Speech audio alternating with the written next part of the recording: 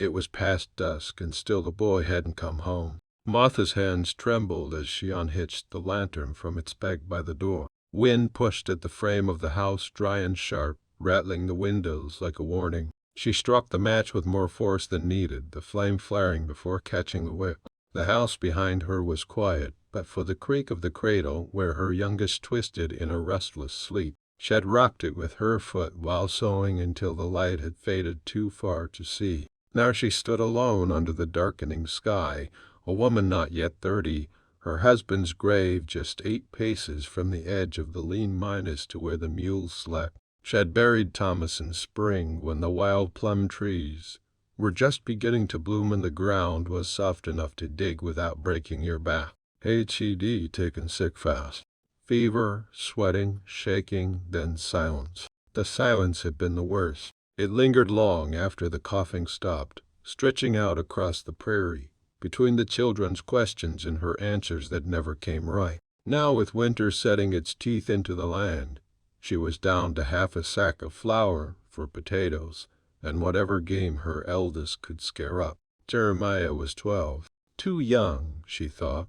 Every time she watched him disappear into the dusk with his father's rifle slung across his shoulder, she stepped out onto the porch. The wind caught her skirt and pulled it sideways, lifting the hem and biting at her ankles. She raised the lantern high. Beyond the fence, the prairie unfolded in a wide, frozen hush. No sound but the wind, no sign of life except the crooked row of cottonwoods by the river. She strained to see, to hear anything. Her heart beat thickly in her throat. "H.E.S. just light," she whispered to no one. "H.E.S. just tracking something." But the light stuck in her mouth like dust. The sky above had settled into blackness now, the moon hidden behind a rack of clouds, and the stars prickling through in distant, hard points, the kind of sky that made a person feel like nothing, like the earth could swallow them and no one would notice. She stood there a long time, until her arm ached from holding the lantern high. Her eyes had adjusted to the dark, but there was still no sign of him. Her mind went to the stories: raiders, wildcats, men who rode alone and didn't ask before taking. She thought of the Colt pistol in the drawer by the stove, thought of what she'd do if she had to. Behind her, the baby stirred.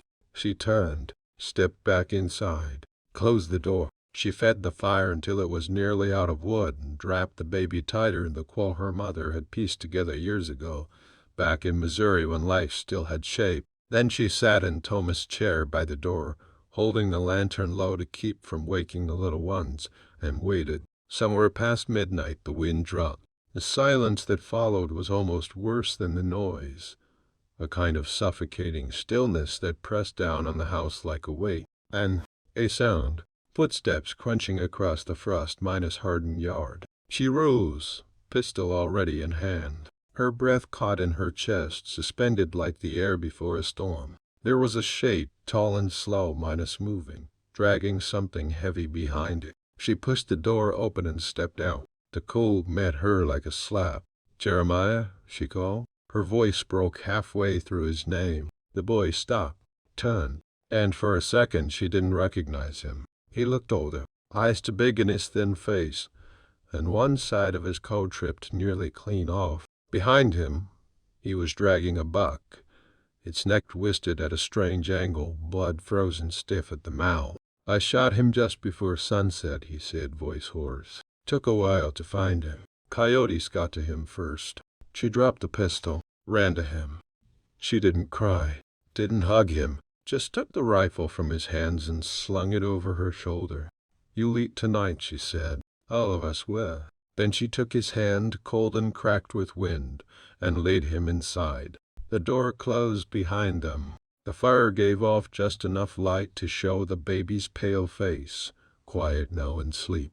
Outside, the wind had begun again, but this time it sounded like something moving forward, not tearing down. She stayed up through what was left of the night, dressing the buck on a table slick with meltwater and blood. The knife was dull, but her hands knew the work. She had done it before plenty, though Thomas had never liked her doing it alone. Said it was a man's job, but that was talk for people who had the luxury of roles. Out here, You did what needed doing, or you didn't survive.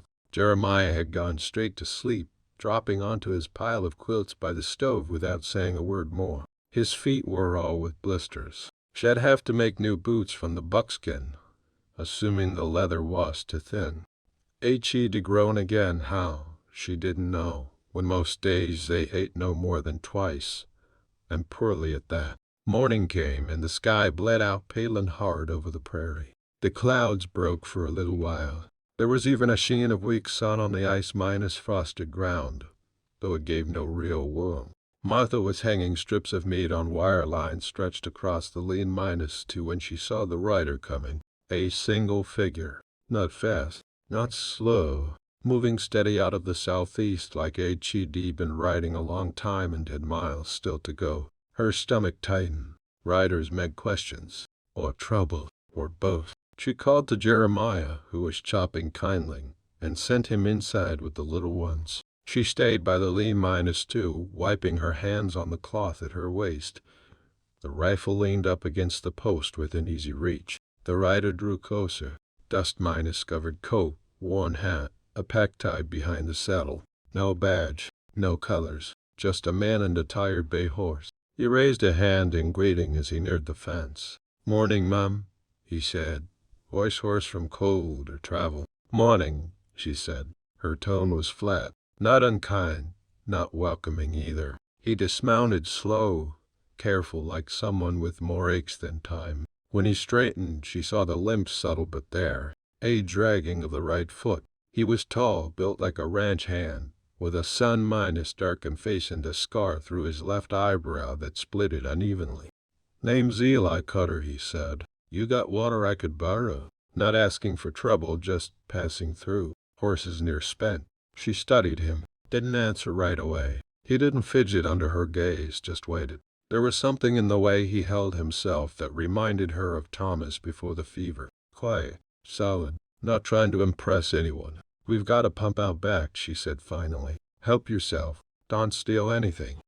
I've got a gun, and I know how to use it." His mouth twitched at the corner like he might be smiled, but didn't. "You'll be quick," he said. She watched him go. He was careful with the pump, like someone who knew not to break what he didn't tone. He filled a tin canteen, poured water into a dented tin for the horse, then refilled the canteen again, took a drink himself, didn't speak while he did it. When he came back to mount up, he looked at the house, the meat hanging, the worn -down look of the yard. "You got help out here?" "Just me and the children." He nodded once. Hard country to be alone in. She didn't reply, didn't need to. He was quiet for a beat. "Then I used to ride herd through here, before the war. Looks different now. Most things do." He looked like he was going to ride on, but then hesitated, shifted his weight, cleared his throat. "You need help dressing that buck? I've got steady hands." She hesitated. Her instinct was to say no. Always no. No to strangers. No to men. No to charity wrapped in politeness. But she looked at the hanging meat, the dull knife, the long day ahead, and thought about Jeremiah's feet. "You any good?" Slow, but clean." She nodded once, short. "You can finish the ribs." He hung the horse's reins on the fence post and walked over. Neither of them spoke after that. Not for hours. The wind stayed quiet. The sky stayed gray. He worked beside her like someone who understood what quiet was for. It was evening before the baby started fussing inside. She wiped her hands, glanced over at him. "You want a plate?" He nodded. "If there's enough." "There's always enough for one more." They ate in silence. Eli sat near the door, knees bent, a plate of venisons to warming his hands. He didn't take more than a few bites at a time, chewing slow like someone unused to full meals. The children had already eaten. Jeremiah kept his gaze low, shoulders tense. But he'd taken to sharpening his knife as if to remind the man there were still teeth in the house. Martha led him. Trust was something she gave freely anymore. The stew was mostly broth, a few bits of meat, one potato split for ways. But Eli finished every drop, wiped his tin plate clean with a crust of cornbread, and thanked her with a quiet nod. "You headed somewhere in particular?" she asked finally. "North." He set the plate down gently on the floor beside him. Looking for work. Maybe Montana. Maybe Wyoming. Cattle, if it pays. He looked at the fire. Not much care long as it's honest. She watched him. There was something about the way he said that word honest that didn't sound like bragging, more like a bruise. He caught her look but didn't flinch. I've done some things. Rode with some rough men. Not all of it I'm proud of. But I never raised a hand to a woman. Never stole from a man who couldn't afford it. The room was quiet. Just the low pop of the fire. That your way of asking for shelter? She said. He shook his head.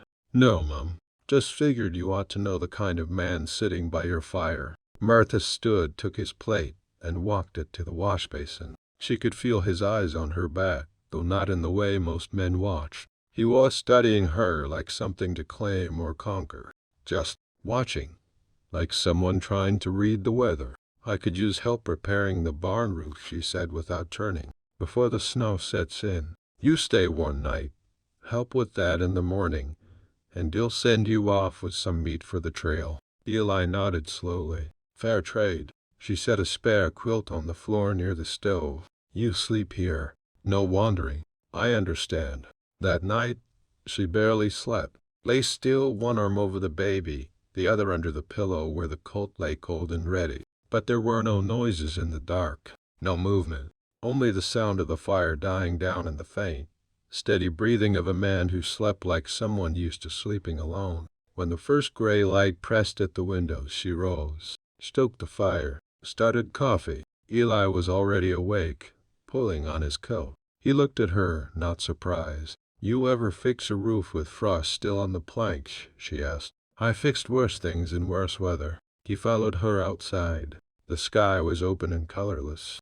Jeremiah stood by the corner of the house, watching, arms folded. He didn't say a word, but she could feel his suspicion like smoke in the air. The roof was worse than she thought.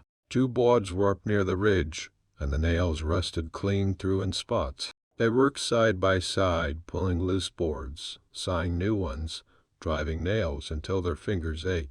At one point, Eli slipped and caught himself with a grunt, and she saw the pain flash across his face. Yuri hurt, she said. Oh, when? Bullet. Comes back in the cold. She didn't press, just handed him the hammer again. They finished by mid-minus afternoon, hands numb, back sore, but the roof held. Back on solid ground, he looked at the house, then at her. You've held this place together longer than most could. I didn't have a choice. He looked at her, steady. Still counts. Martha didn't know what to say to that. No one had ever told her she'd done well. Only that she'd survived. Like that was a low kind of living. She walked to the smokehouse, pulled down 2 small bundles of dried meat, wrapped them in cloth, and handed them to him. I'll keep you a few days, if you're careful. He took them, nodded. I'm grateful. She waited, expecting him to mount up, but he didn't. Just stood there, hesitating. I could head out, he said, but I don't much feel like riding today. If you've got other work, I'd trade for another night's fire. Martha looked past him, out across the prairie. It was flat and windless, but something had shifted. You ever mend fence? She asked. He smiled for the first time. Just a flicker. Like I said, worse things in worse weather. The days took on shape after that. Eli stayed. First for a night, then another, until the time he promised to leave passed without either of them naming it. He slept by the stove, rising early, working hard, and speaking little unless spoken to. He never raised his voice, never touched the children, never touched her. That last part she noticed most. He fixed the barn door that had been swinging crooks since summer. Ray Minus hung the gate at the pasture line, showed Jeremiah how to dress a hide clean so it could be stretched for leather. When the chimney clogged with soot, he climbed up without being asked, boots scraping against stone and wood. He coughed black for a whole day after, but never complained. Martha watched him like you watch the weather, careful, half-minus expecting the calm to turn. But it never did. One morning over coffee, he mentioned HED1 strain horses outside of Cheyenne. Said it's off, like it hurt to remember. She didn't ask why it stopped. Just nodded, poured him another cup, and tucked the knowledge away. By the end of the second week, Jeremiah had stopped sharpening his knife every time Eli came through the door. Not because he trusted him necessarily, but because the man had earned a kind of uneasy respect. He showed the boy how to cut saddle strings from old leather and patch a cracked rifle stock with resin and wire. "You teach like someone who lost something," Jeremiah said one evening, not quite meeting his eye. Eli didn't answer right away. Then he said, "I had a brother once. He didn't come back from the war. That was all." They were hauling water the next morning when the first letter came. Martha found it nailed to the fence post near the edge of the property line, where no one but a writer with purpose would have stopped. No stamp, no return name, just her name on the folded outside, Martha Evelyn Walker. She opened it slowly, standing in the weak sun, heart hammering even before she read the first line. "You don't get to run forever. You think you're safe out there, but you ain't. You've got what's mine. No name. Just that." She read it twice, then again. Her hands didn't shake. Not until she walked back toward the house. Eli saw her coming and stepped down from the porch, sensing something off before she spoke. He met her halfway. "You all right?" She didn't answer, just handed him the paper. He read it once. His face changed. Not much, but enough. A tightening in the jaw. A flash in the eyes. "Who would send this?" he asked. "Thomas had a brother," she said, "from down near Lubbock. He washed right. Always said I owed him for taking Thomas away. Claimed there was land money, something he thought belonged to him. Did it? There's nothing here but dirt and debt." Eli folded the paper slowly, like it disgusted him to touch it. "He ever been violent?" Martha hesitated, then nodded.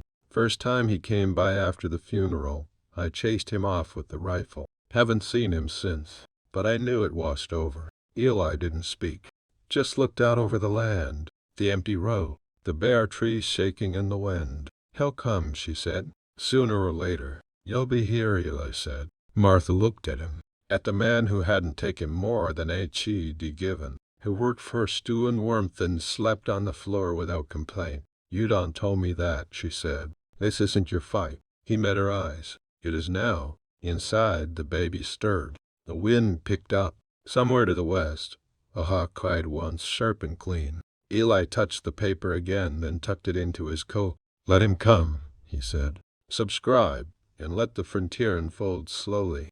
The next morning the prairie woke brittle and white. Frost clung to every branch, every fence post, and the sun, pale as a coin, did little more than sharpen the edges of the world. Martha moved through the yard with her hands in her apron, gathering firewood, brushing away the frost, and checking the meat hanging in the lean -2. Jeremiah was already out, tending to the small herd of cows, glancing over his shoulder at Eli, who had saddled the bay horse. "Think he'll come today?" the boy asked. Eli didn't answer, just swung onto the porch steps, boots scraping against the boards, and waited while Martha adjusted the bundles of meat in the saddlebag. "Better be ready if he does," Eli said finally. His voice was steady, calm, but Martha felt the weight behind it, the promise in the quiet. By midday, the sound of hoofbeats carried across the frozen ground. A rider approached fast, with a purposeful set to his shoulders, hat pulled low, spurs clinking. Martha's pulse raced. Jeremiah slid behind her. The man stopped at the fence, eyes hidden under the brim, a hand resting on the revolver at his hip. "Martha Evelyn Walker," he called. His voice was sharp, accusatory. "Him right here," she said, standing straight, hands at her sides. She held her ground, letting the cold air stiffen her spine. The man dismounted, boots crunching over the frost. "You got what belongs to me." Martha shook her head. "Nothing of yours stands here." Eli stepped forward. "You best turn around and drive back, or you're in for trouble you won't like." The man laughed, low and harsh, a sound that scraped against her nerves. "You think a woman and her hired hand—" He paused, eyeing Eli. "A man who just happens to be passing through will stop me." I ain't passing through any more," Eli said. He rested one hand on the saddle, the other brushing the revolver at his belt. "I've got reasons to stay."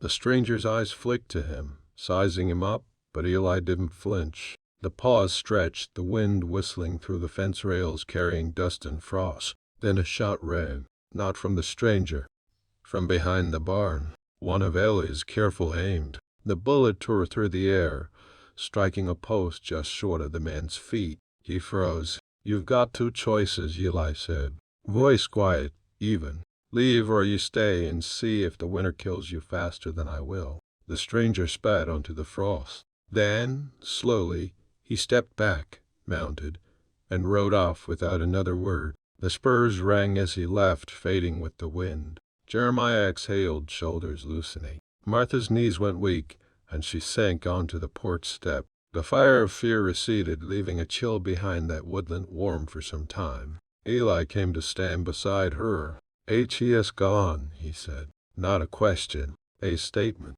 She nodded. Couldn't speak yet.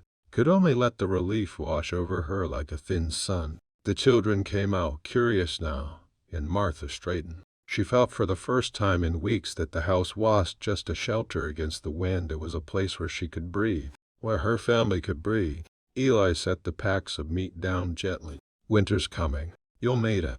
You'll manage," she said, but not as firmly as usual. She realized she hadn't felt this safe, this watched over in months. He met her eyes. For a long moment, they just stood together, quiet, the prairie stretching in all directions, harsh yet alive beneath the steel sky. Finally, he tipped his hat. "We make it through winter together, then." Martha glanced at him, at the boy, at the small smoke curling from the chimney. The land that had been cruel and indifferent seemed softer now, like it might just hold them. "Yes," she said, "together."